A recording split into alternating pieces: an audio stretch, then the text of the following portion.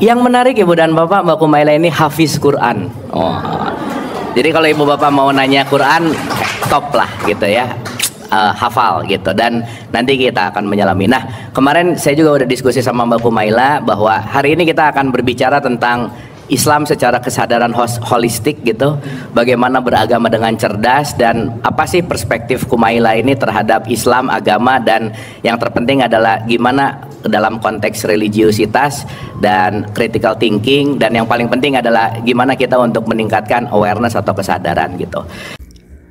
Sahabat yang dirahmati Allah, belakangan ini kita melihat sebuah fenomena yang perlu kita renungkan bersama.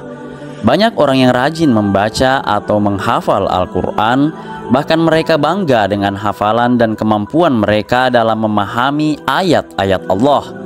Namun sayangnya, akhlak mereka tidak mencerminkan nilai-nilai Al-Quran yang sebenarnya. Lebih parah lagi, ada yang merasa cukup dengan amal zahirnya tanpa memperhatikan apa yang ada dalam hatinya.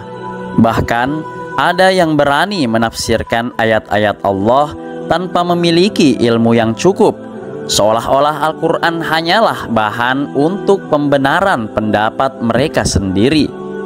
Padahal Allah Subhanahu wa Ta'ala lebih melihat keikhlasan dan niat kita daripada sekedar amal lahiriah.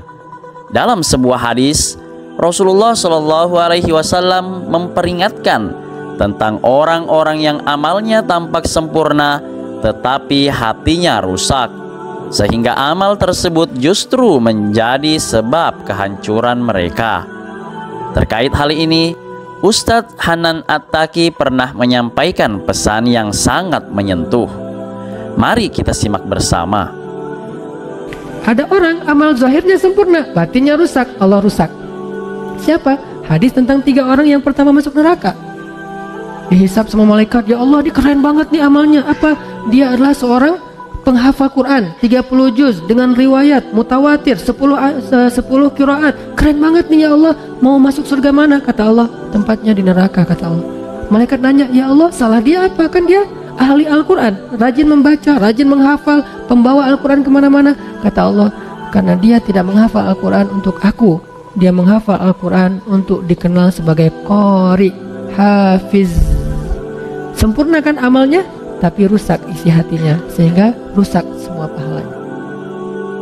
Sahabat, pesan ini menjadi pengingat bahwa menghafal, membaca, atau bahkan memahami Al-Quran tidak cukup jika tidak disertai dengan niat yang lurus dan hati yang ikhlas. Dengan ini, mari kita masuk ke pembahasan utama.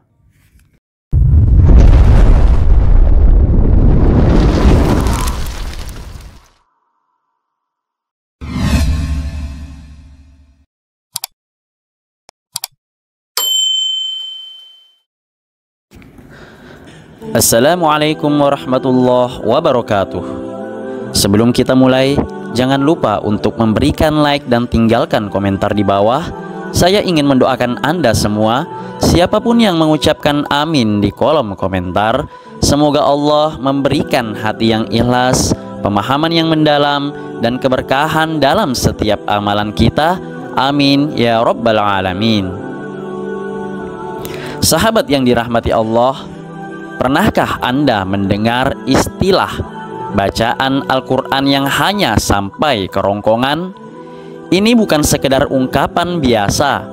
Rasulullah Shallallahu Alaihi Wasallam telah memperingatkan kita dalam banyak hadis tentang bahaya membaca Al-Quran tanpa penghayatan atau pemahaman.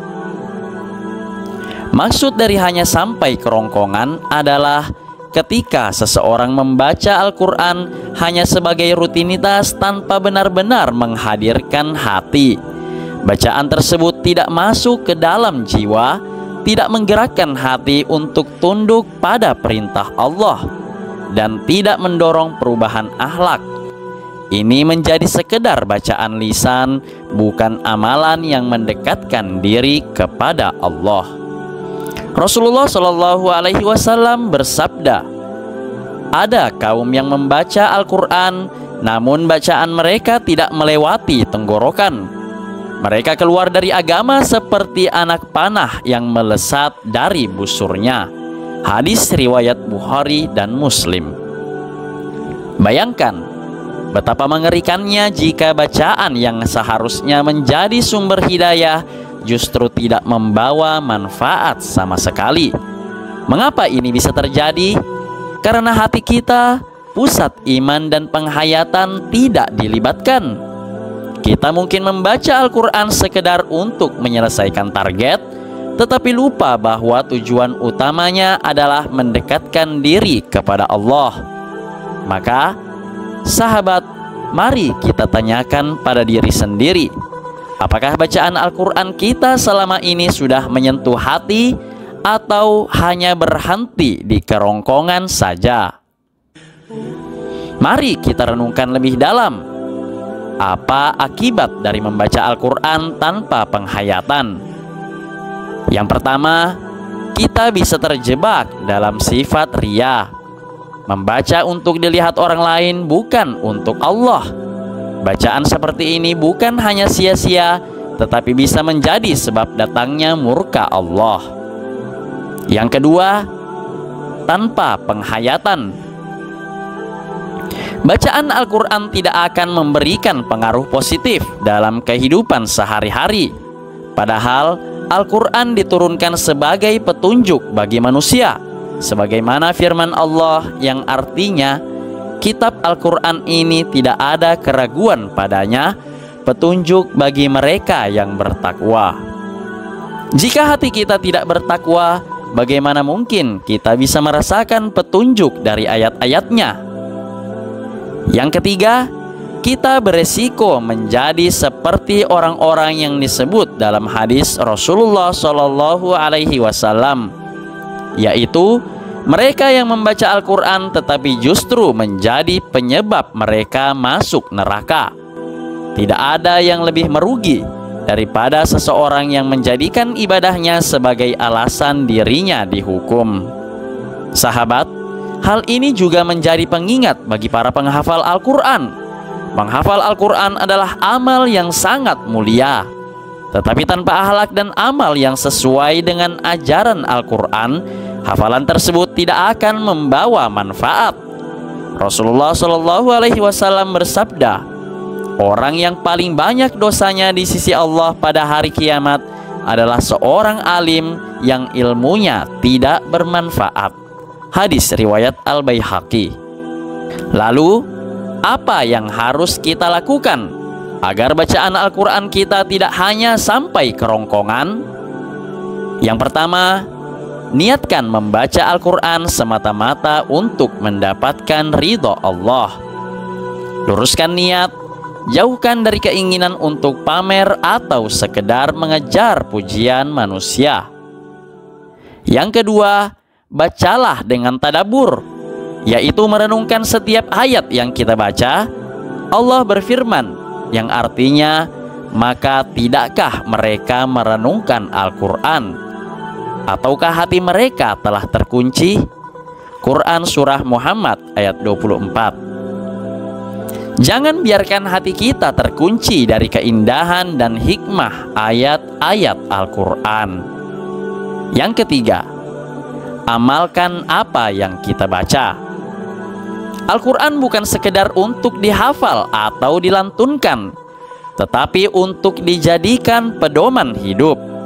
Misalnya, jika kita membaca ayat tentang sabar, mari kita berusaha lebih sabar dalam menghadapi cobaan.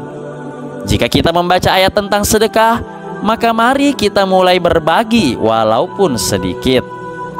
Yang keempat, perbanyak doa kepada Allah agar Dia memudahkan kita memahami Al-Quran.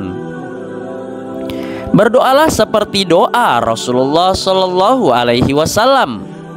Ya Allah, jadikanlah Al-Quran sebagai penyejuk hati kami, cahaya dalam dada kami, penghapus kesedihan kami, dan juga pelipur lara kami.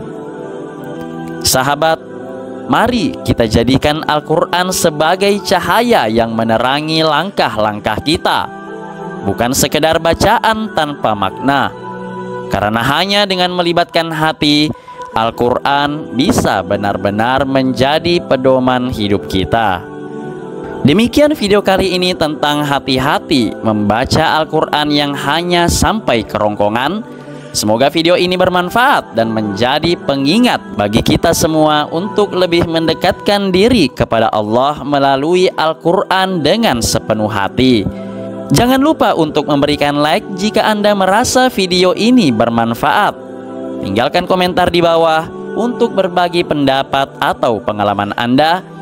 Dan tentunya subscribe channel ini agar Anda tidak ketinggalan video-video inspiratif lainnya. Semoga Allah memberikan kita kekuatan untuk selalu menjalani hidup dengan penuh keyakinan dan menjadikan Al-Quran sebagai pedoman yang membimbing langkah kita setiap hari. Wassalamualaikum warahmatullahi wabarakatuh.